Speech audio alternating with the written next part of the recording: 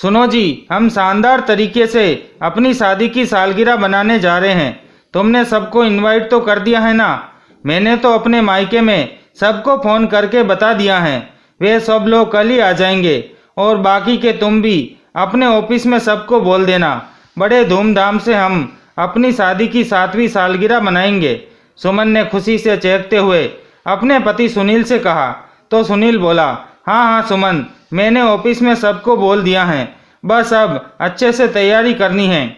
इसलिए मैंने 4-5 दिन के लिए ऑफिस से छुट्टी ले ली है। फिर थोड़ी देर कुछ सोचकर सुनील फिर से बोला, सुमन, इस पार्टी में आने के लिए क्या मैं अपनी माँ और बहन को भी फ़ोन कर दूं? इतना सुनते ही सुमन भड़कते हो बोली, उन दोनों भिखारियों को हमारी पार्टी में बुलाने की कोई ज़रूरत नहीं है। देखा नहीं क्या, जब पिछली बार हमारे पास आई थी किसी से मिलवाने में भी शर्म आती थी। उन लोगों को मुझसे दूर ही रखो। पर सुमन, वे मेरी माँ और बहन हैं। एक बार फ़ोन कर लेता तो ठीक रहता। अगर किसी और से उन्हें पता चलेगा कि हमने अपनी एनिवर्सरी की इतनी शानदार पार्टी रखी है और उनको नहीं बुलाया तो उन्हें अच्छा नहीं लगेगा। तुमने उनका रहन सहन देखा है सुनील, ना तो उन्हें ढंग से बात करनी आती है और ना ही ढंग के कपड़े पहनने आते हैं। अगर तुम्हें अपनी माँ और बहन को बुलाना है तो फिर मैं अपने मायके से सभी लोगों को आने के लिए मना कर देती हूँ, क्योंकि मुझे तो तुम्हारी माँ और बहन को अपने मायके वालों से मिलवाने में बहुत शर्म आती है। देखा नहीं, मेरे घर में सभी जॉब करते हैं, सभी हाई स्टैंडर्ड के हैं, और फिर तुम्हारे ऑफिस से भी सभी लोग आएंगे, उनको भी तुम अपनी माँ से क्या कहकर मिलवाओगे? अच्छा ठीक है, मैं माँ और रेखा को फ़ोन नहीं करूँगा, लेकिन हमारे पड़ोस में ही मामा जी रहते हैं, उन्हें तो हमें बुलाना ही पड़ेगा, सुनील ने कहा। तो सुमन झट से बोल पड़ी, हाँ तो मामा जी को बुलाने में क्या बुराई है? देखा नहीं, मामा जी के शहर में कितना बड़ा बिजनेस है। अगर हम उन्हें अपनी शादी की सालगिरह में बुलाएंगे तो हमारी पार्टी में 4 चांद लग जाएंगे। और उनको बुलाने के लिए तुम खुद जाना, फ़ोन मत करना। लेकिन सुमन, अगर मामा को बुलाएंगे तो माँ को और हमारी पार्टी में पता चल जाएगा, उन्हें बहुत बुरा लगेगा। ओह सुनील, फिर से वही बात, मैंने बोल दिया ना कि तुम्हारी माँ और बहन को अपनी पार्टी में नहीं बुलाना।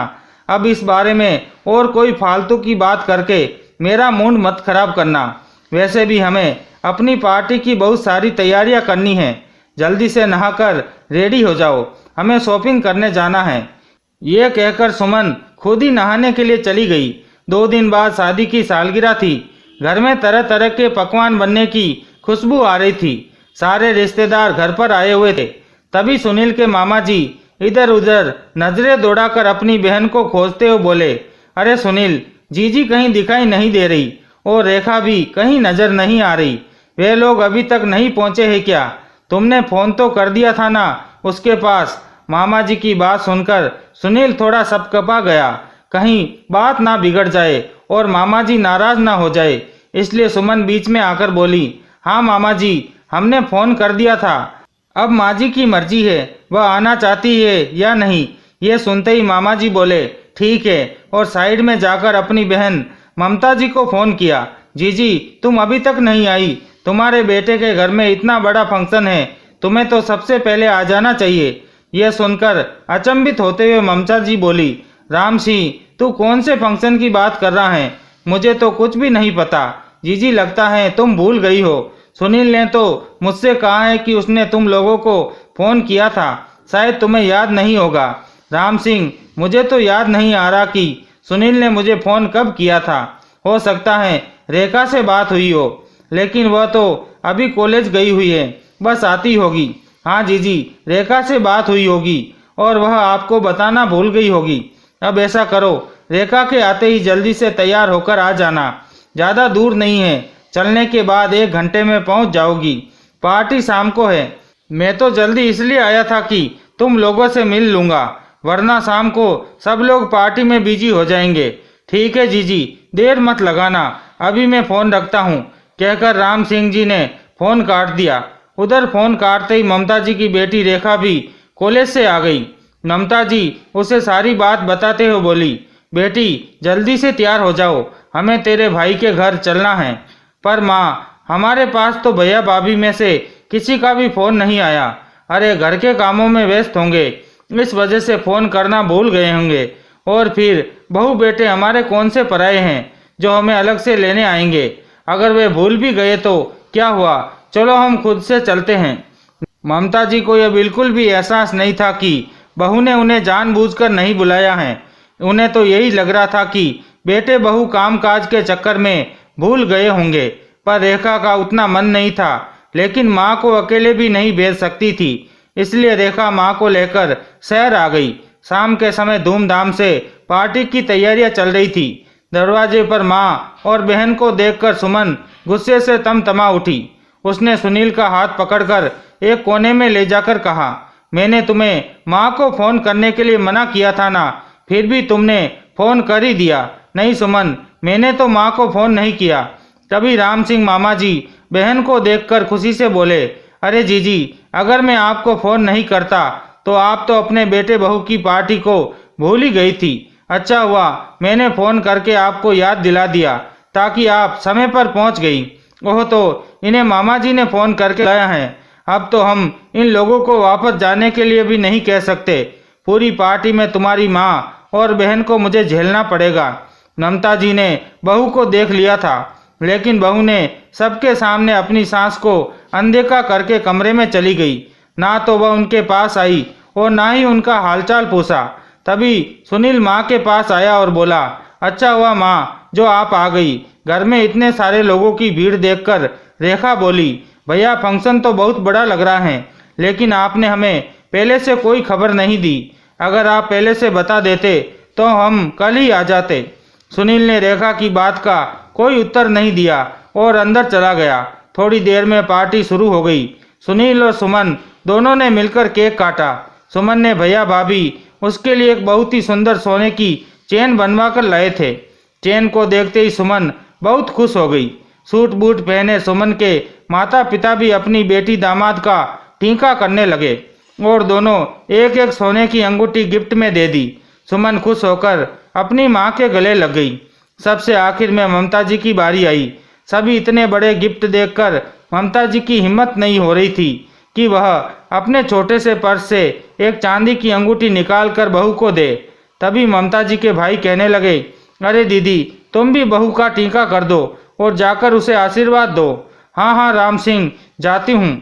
इतना कहकर ममता जी बेटे बहू को आशीर्वाद देने चली गई और अपने छोटे से परस से एक चांदी की अंगूठी निकालकर संकोच के मारे चुपचाप बहू के हाथों में थमा दी। लेकिन जैसे ही बहू ने अपने हाथ में चांदी की अंगूठी देखी तो उसने उसे सबके सामने टेबल पर फेंक दिया और आंखें लाल करते हुए सुनील से बोली, मैंने तुमसे कहा था ना कि अपनी फटीचर माँ को इस पार्टी में मत बुलाना। एक तो देखो कैसे कपड़े पहनकर आई है, ऊपर से गिफ्ट में भी क्या लेकर आई है, चांदी की अंगूठी। मुझे सब लोगों ने कितने महंगे महंगे तोहफे दिए हैं, तुम्हारी माँ को शर्म नहीं आई मुझे चांदी की अंगूठी देते हुए? क्यों माँ जी, अगर देने के लिए कुछ भी नहीं था तो आई ही क्यों, गांव में ही पड़ी रहती। हमारी इतनी बड़ी पार्टी खराब करने की क्या जरूरत थी? बहू की बात सुनकर ममता जी की आंखों में आंसू भर आए। बड़ी हिम्मत करके हकलाते हुए बोली, बहू हमें तो अचानक से सुनील ने बुला लिया, पहले से पता होता तो कुछ और खरीद लेती। अब घर में चांदी की अंगूठी ही रखी थी, इसलिए सोचा कि खाली हाथ जाने से अच्छा है कि मैं अपनी बहू के लिए कुछ लेकर जाऊं। सुमन के गुस्से के आगे सुनील भी कुछ नहीं बोल पा रहा था, लेकिन रेखा से यह सब सहन नहीं हुआ। वह चांदी की अंगूठी उठाते हुए बोली, भाभी, माँ ने बड़े ही प्यार से आपको ये अंगूठी दी थी, लेकिन आपने बड़े अपमान के साथ इसे फेंक दिया। आप उन्हें सम्मान नहीं दे सकती तो कम से कम सबके सामने अपमान तो मत करिए। रेखा की बात सुनकर सुमन गुस्से से भड़कते हुए बोली, देख रहे हो अपनी बहन को सबके सामने कैसे मेरा अपमान कर रही है। इन दोनों की औकात नहीं थी हमारी पार्टी में आने की और आ गई भिखारी जैसा मुंह लेकर अपनी बेइज्जती करवाने। भाभी, हम भी कोई सड़क पर भीख नहीं मांगते, आराम से गांव में अपनी मेहनत से कमाते हैं, आपसे पैसे मांगने नहीं आते। रेखा ने दृढ़ स्वर में जवाब दिया। बात को बढ़ते देख सुनील माहौल ठीक करते हुए बोला, अरे सुमन, तुम फालतू में ही गुस्सा करके हमारा इतना कीमती दिन बर्बाद कर रही हो। सबने तुम्हें गिफ्ट दे दिया, पर मेरे गिफ्ट के बारे में तुमने पूछा ही नहीं। अपनी आंखें बंद करो, तुम्हारा सरप्राइज बाहर है। जैसे तैसे सुनील ने पार्टी का माहौल ठंडा किया और सुमन की आंखें बंद करवाकर उसे बाहर ले आया। बाहर एक लंबी सी कार खड़ी थी। कार की चाबी सुमन के हाथ में थमाते हुए सुनील बोला, आंखें खोलकर देखो सुमन, तुम्हारे लिए मैंने क्या गिफ्ट लिया है। कार को देखकर सुमन चमक उठी और सुनील के गले लगते हुए बोली, थैंक यू जो तुमने मेरे लिए इतना अच्छा गिफ्ट दिया। पूरी पार्टी में ममता जी और रेखा एक कोने में कुर्सी पर बैठी रही। ना तो उनका पार्टी एंजॉय करने का मन हुआ, ना ही कुछ खाने पीने का। अपने भैया के बदलते हुए रूप को देखकर रेखा को बहुत बुरा लग रहा था।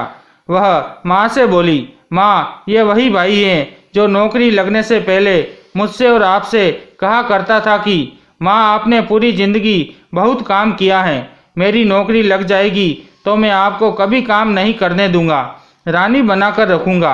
आपने इतने कष्ट झेले हैं, लेकिन आपका बेटा आपके सारे कष्टों को दूर कर देगा।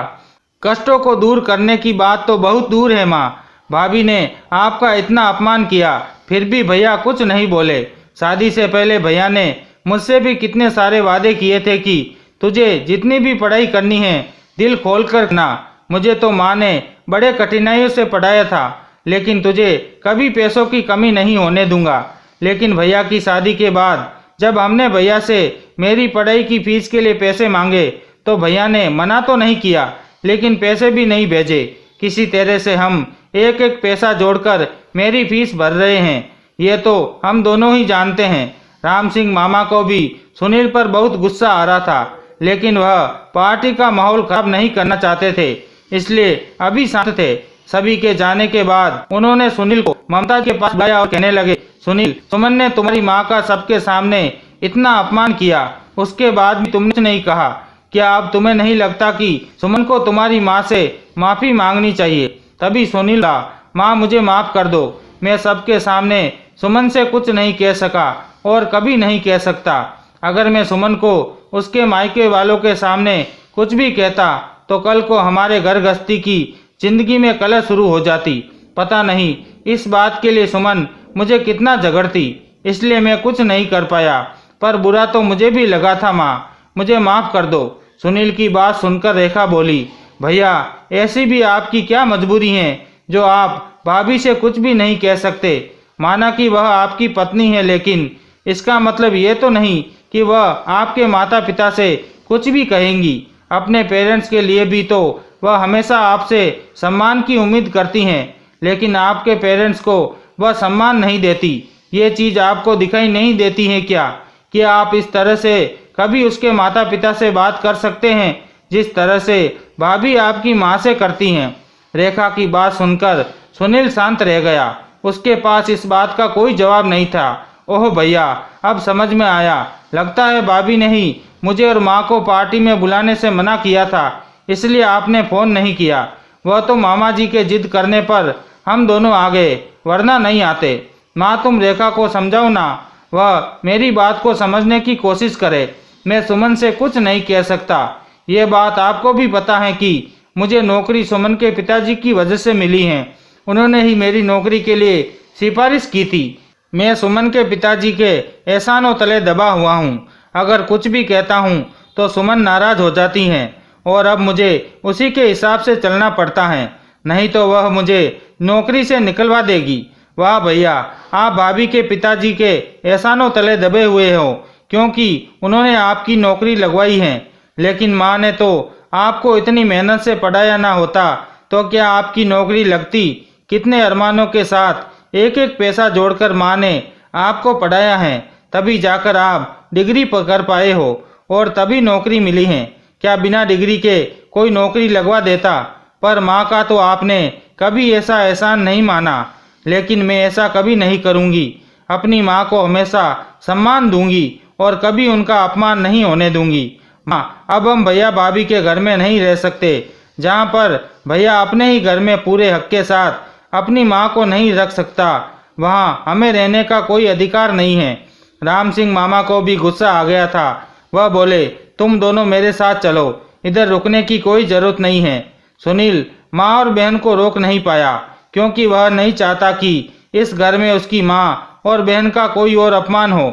सुमन अपने मायके वालों के साथ ही व्यस्त रहेगी उसकी माँ और बहन को पूछेगी भी नहीं। और मैं भी अगर अपनी माँ बहन के साथ ज़्यादा देर तक रुका तो उसे ये भी अच्छा नहीं लगेगा।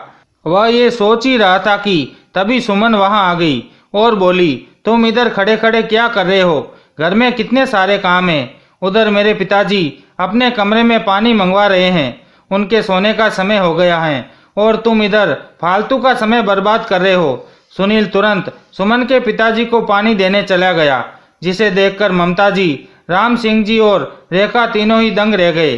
रेखा सोचने लगी कि भाभी अपने माता पिता से, भाई से कितनी आवभगत करवाती है, लेकिन भाई की माँ का सबके सामने अपमान करती हैं और भाई कुछ भी नहीं कर पाते। ममता जी का हाथ पकड़कर रेखा मामा के घर चली गई। 4 दिन बाद सुनील सुमन से बोला, सुमन, माँ 4 दिन से मामा जी के घर पर हैं। 2 दिन के लिए हम उन्हें अपने पास बुला लेते हैं, नहीं तो माँ क्या सोचेगी कि बेटे बहू ने उन्हें पूछा तक नहीं।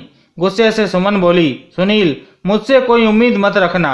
मैं तुम्हारी माँ और बहन को खाना बनाकर नहीं खिलाऊंगी। मैं जा रही हूँ अपने कमरे में, तुम्हारी माँ है, तुम ही संभालो। तो सुनील ने अपनी माँ को फ़ोन किया और अपने पास आने के लिए कहा। ममता जी बोली, नहीं बेटा, हम आएंगे तो बहू को अच्छा नहीं लगेगा, हम इधर ही ठीक हैं, 1-2 दिन में गांव चली जाएंगे। सुनील बोला, नहीं माँ, बस 2 दिन के लिए आ जाओ, सुमन कुछ नहीं कहेगी, अब वह शांत हो गई है। रेखा ने भी बहुत मना किया, लेकिन ममता जी बेटे के मोह की ममता में अंधी थी, इसलिए खुद को रोक न पाई और रेखा को लेकर सुनील के घर पहुंच गई। माँ और बहन को देखते ही सुनील चाय बनाने के लिए रसोई में जाने लगा तो रेखा बोली, भैया रहने दो, चाय मैं बना देती हूँ, क्योंकि उसे ये बात अच्छे से समझ में आ रही थी कि भैया भाभी की डर से कुछ नहीं कह पा रहे हैं, वरना वह दिल से बुरे नहीं हैं। तीनों लोग बैठकर चाय पी रहे थे, तभी रेखा बोली, भैया मुझे आगे की पढ़ाई पूरी करनी है, लेकिन माँ इतने पैसे इकट्ठे नहीं कर पाती कि मेरी फीस भर सके।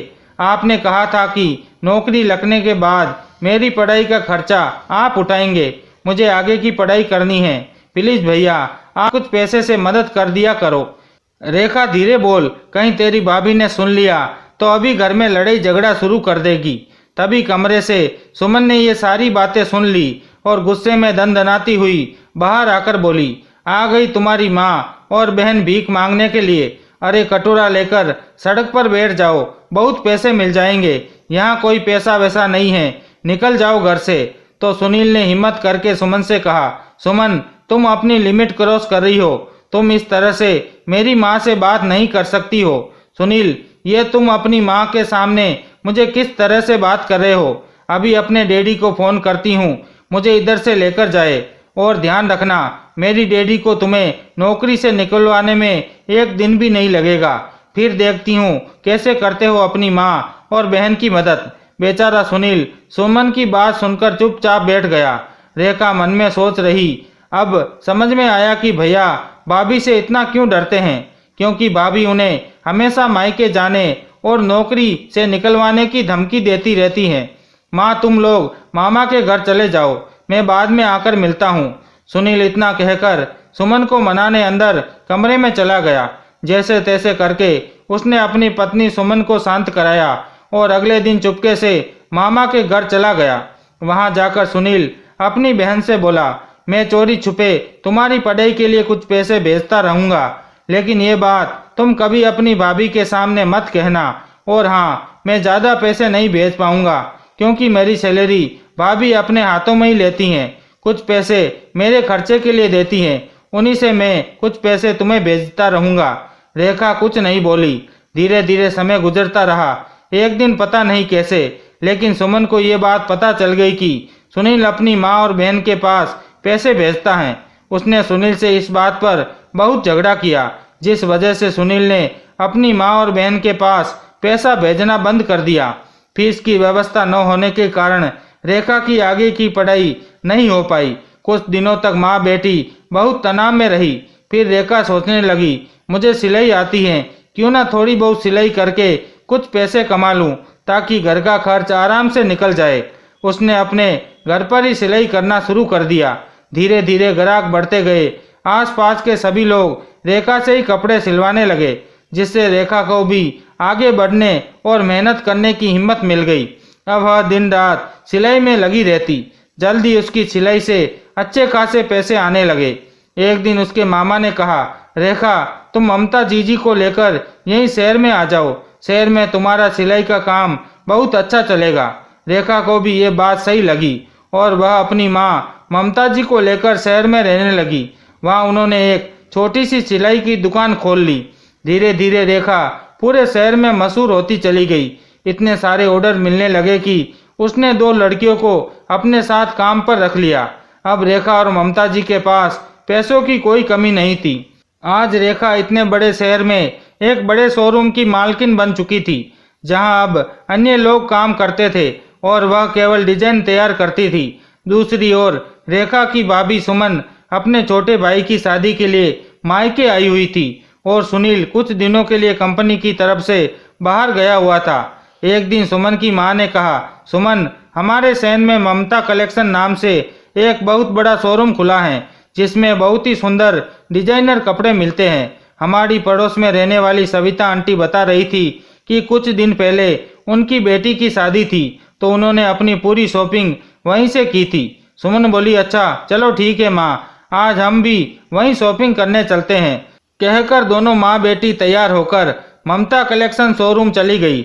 जैसे ही सुमन अपनी माँ के साथ शोरूम के बाहर पहुंची तो शोरूम को देखकर उसकी आंखें फटी की फटी रह गई। माँ, ये शोरूम तो देखने में ही बहुत शानदार लग रहा है। अब तो हमें कई अलग अलग दुकानों पर घूमने की जरूरत नहीं पड़ेगी। हम यहीं आया करेंगे, एक ही जगह पर सबके कपड़े मिल जाएंगे।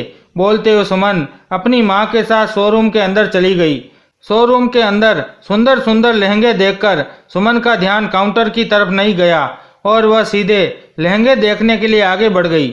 शॉपिंग करने के बाद जैसे ही सुमन बिल पे करने के लिए काउंटर पर आई तो सामने ममता जी को बैठे देखकर कहने लगी, ए बुढ़िया, तू यहाँ क्या खरीदने आई है? तेरे पास तो इतने पैसे भी नहीं है कि इतने बड़े शोरूम में एक साड़ी भी खरीद सके। तभी ममता जी ने कड़क आवाज में कहा, बहू, ये तुम्हारा घर नहीं जहाँ तुम कुछ भी बोलोगी और हम चुपचाप सुनते रहेंगे। ये मेरा शोरूम है। इतना सुनते ही सुमन हंस पड़ी और कहने लगी, बुढ़िया, क्यों झूठ बोल रही है? इतने बड़े शोरूम की खुद को मालकिन बता रही है। लगता है इधर सेल्समैन की नौकरी या स्टाफ में काम करती होगी। थक गई होगी तो इधर आकर बैठ गई। तभी ममता जी सुमन से बोली, बहू, ये शोरूम मेरा और मेरी बेटी का है और तुम मेरे शोरूम में कपड़े खरीदने आई हो। मुझे लगता है कि तुमने अंदर आते समय शायद इस शोरूम का नाम नहीं पढ़ा, इसलिए बाहर जाकर एक बार इस शोरूम का नाम पढ़ लो। इस शोरूम का नाम ममता कलेक्शन है और तुम्हें इतना तो पता ही होगा कि मेरा नाम ही ममता है।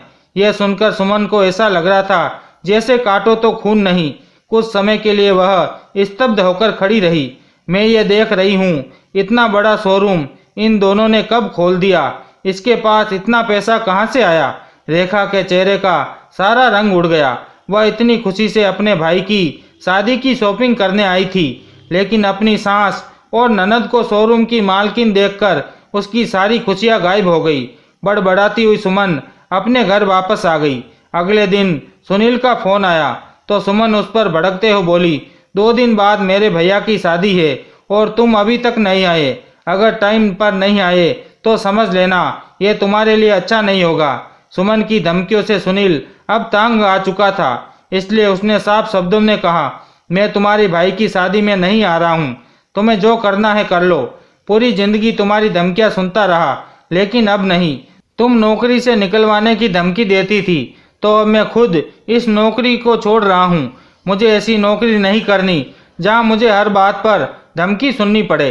मैं मेहनत मजदूरी कर लूँगा, कुछ भी कर लूँगा, लेकिन अब तुम्हारे एहसानों तले नहीं दबूंगा। इतना कहकर सुनील ने फोन रख दिया और सच में सुनील सुमन के भाई की शादी में नहीं गया। यह देखकर सुमन बहुत गुस्सा हो गई। घर आओ, फिर तुम्हें बताती हूँ। शादी हो जाने के बाद जब सुमन ससुराल पहुंची तो संयोग से सुनील भी घर आया हुआ था। सुमन ने सुनील को बहुत झगड़ा किया, लेकिन अब सुनील उसकी कोई बात नहीं सुनता था। वह एक प्राइवेट कंपनी में छोटी सी नौकरी करने लगा। छोटी नौकरी से सुमन की जरूरतें पूरी नहीं होती थी, इसलिए वह अपने मायके में माता पिता से पैसे मांगने लगी।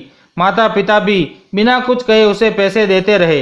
ये सब सुनील को पसंद नहीं आता था, लेकिन सुमन को पहले से ही फिजूल खर्ची करने की आदत थी। थोड़े से पैसों से उसका गुजारा कैसे होता, इसलिए वह बार बार मायके से पैसे मांगने लगी। फिर एक दिन सुमन के माता पिता 4 धाम यात्रा जा रहे थे, लेकिन उनकी बस खाई में गिर गई, जिसकी वजह से वे दोनों ही इस दुनिया में नहीं रहे। यह खबर सुनकर सुमन भीतर तक हिल गई, लेकिन होनी को कौन टाल सकता है। कुछ समय बाद सुमन मायके गई, लेकिन इस बार उसके मायके का माहौल बिल्कुल बदला हुआ था। अब घर की बागडोर उसके भाई भाभी के हाथों में थी। सुमन ने अपने भाई से पैसे मांगे, लेकिन भाई और भाभी दोनों ने ही देने से मना कर दिया। उन्होंने कहा, सुमन, जब तक मम्मी पापा थे तुमने उनका बहुत फायदा उठाया और हम कुछ भी नहीं कह पाते, लेकिन अब ऐसा नहीं होगा। हमारे अपने ही खर्चे हैं। भाई भाभी के बदले हुए रूप को देखकर सुमन स्तब्ध रह गई। घर जाकर सुमन ने सुनील से अपने भाई भाभी की शिकायत की। मेरे भाई भाभी बहुत बुरे हैं, उन्होंने मुझे पैसे देने से मना कर दिया। तो सुनील बोला, अगर तुम्हारे भाई भाभी बुरे हैं तो तुम कौन सी अच्छी हो? तुमने भी तो मेरी बहन को उसकी पढ़ाई के लिए पैसे नहीं दिए थे, बल्कि भीख मांगने कहकर उन्हें घर से निकाल दिया था। कभी अपनी मर्जी से मैं उन्हें अपने घर में रख भी नहीं पाया। अब जब तुम्हें भगवान उसकी सजा दे रहा है तो तुम्हें बुरा क्यों लग रहा है? तुम यही डिजर्व करती हो। तुमने मेरी माँ और बहन का बहुत अपमान किया है, जिसे मैं कभी नहीं भुला सकता। सुमन आज वो सारी बातें याद कर रही थी जो उसने अपनी सास और ननद से कही थी, और कहीं न कहीं आज उसे अपनी गलती का पछतावा भी हो रहा था, लेकिन अब क्या कर सकती थी। अगले दिन सुमन सुनील से बोली, तुम्हें पता है सुनील, तुम्हारी माँ और बहन का इस शहर में बहुत बड़ा शोरूम है। हमारे पास पैसों की कितनी तंगी है, क्यों न हम तुम्हारी माँ के पास चले और उनसे मदद मांगे, वह हमारी मदद जरूर करेंगी। यह सुनकर सुनील बहुत खुश हुआ। चलो, मेरी बहन ने इतनी तरक्की कर ली, उसे बहुत अच्छा लगा। अगले दिन वह ममता कलेक्शन पहुंचा। सुनील को देखकर रेखा बहुत खुश हुई। तभी सुनील भी खुश होते हुए बोले, रेखा, तूने तो बड़ी तरक्की कर ली, इतना बड़ा शोरूम खोल लिया। रेखा मुस्कुराकर बोली, हाँ भैया, लेकिन मेरी तरक्की में आपका भी साथ है। वो कैसे रेखा? मैंने तो कुछ भी नहीं किया भैया। आप जो थोड़े बहुत पैसे मुझे पढ़ाई के लिए भेजते थे, उनसे मेरी पढ़ाई तो नहीं हो पाई, लेकिन उन्हीं पैसों से मैंने सिलाई मशीन खरीद ली थी। फिर धीरे धीरे मैंने अपना काम बढ़ाना शुरू किया और तब जाकर आज इस मुकाम पर पहुंची हूँ। तभी ममता जी भी उधर आ गई और बेटे को सामने देखकर बहुत खुश हो गई। माँ जी, हम बहुत परेशान हैं। सुमन ममता जी के पास आई और बोली, मेरे माता पिता भी इस दुनिया में नहीं रहे। सुनील की भी नौकरी छूट गई। वह एक छोटी सी नौकरी करता है, जिससे हमारा गुजारा भी मुश्किल से हो पाता है। अब आपके पास इतना सारा पैसा है और आपके बेटे बहू इतने परेशान हैं, तो क्या आपको नहीं लगता कि आपको हमारी मदद करनी चाहिए? आखिर हम आपके बच्चे हैं। अगर आप हमारी मदद नहीं करेगी तो कौन करेगा? भाभी की बात सुनकर रेखा बोली, पैसे देखे नहीं कि भीख मांगने वाले पहले आ गए। ये कोई पैसे बांटने वाली जगह नहीं है, यहाँ हम तुम्हें पैसे दे दे। ये मेरा शोरूम है, निकल जाओ यहाँ से। हम तुम्हारी कोई मदद नहीं करेंगे। तुमने जैसा किया था उसी का फल तुम्हें मिल रहा है। पास खड़ा सुनील उदास था। बेटे के उदास चेहरे को देखकर ममता जी का दिल पिघल गया। वह रेखा से, बेटी, भाभी को छोड़ दे, अपने भाई भाभी का चेहरा देख, उसने तो हमेशा भला ही चाहा है। तभी सुनील बोला, नहीं माँ, आप हमारी कोई मदद नहीं करेगी। आज हमारी जो भी परिस्थिति है वह सिर्फ सुमन की वजह से है। जब हमारे पास पैसा था तब क्या सुमन ने मुझे आप लोगों की मदद करने दी थी? नहीं ना, आप लोग अपनी मेहनत से यहाँ तक पहुँचे हैं। हमेशा इसने आप लोगों का अपमान किया है। अपने कर्मों का फल तो इसे मिलना ही चाहिए। चलो सुमन, अब हम घर चलते हैं, कहकर सुनील उसे घर ले आया। सुनील के बदले हुए रूप को देखकर सुमन भी धीरे धीरे उसी माहौल में ढलने लगी। दोस्तों, जब लोगों के पास पैसे आ जाते हैं तो वे एक अलग ही घमंड में जीने लगते हैं, लेकिन वे कभी ये नहीं सोचते कि आज वे जिसकी गरीबी का मजाक उड़ा रहे हैं, कल उसके पास उससे दोगुने भी पैसे हो सकते हैं, क्योंकि किस्मत के पलटते देर नहीं लगती। सही कहा है किसी ने कि भगवान के घर देर है पर अंधेर नहीं। आज सुमन के साथ भी वही हुआ। उसने अपनी सास और ननद को भिखारिन कहकर घर से निकाल दिया था, लेकिन आज उसकी सास और ननद तो बड़े शोरूम की मालकिन थी और वह खुद गरीबी की लाइन में खड़ी थी। तो दोस्तों, आपको ये कहानी कैसी लगी कमेंट करके ज़रूर बताएं। कहानी अच्छी लगी हो तो प्लीज़ वीडियो को लाइक करें, शेयर करें और हमारे चैनल को सब्सक्राइब जरूर करें। धन्यवाद।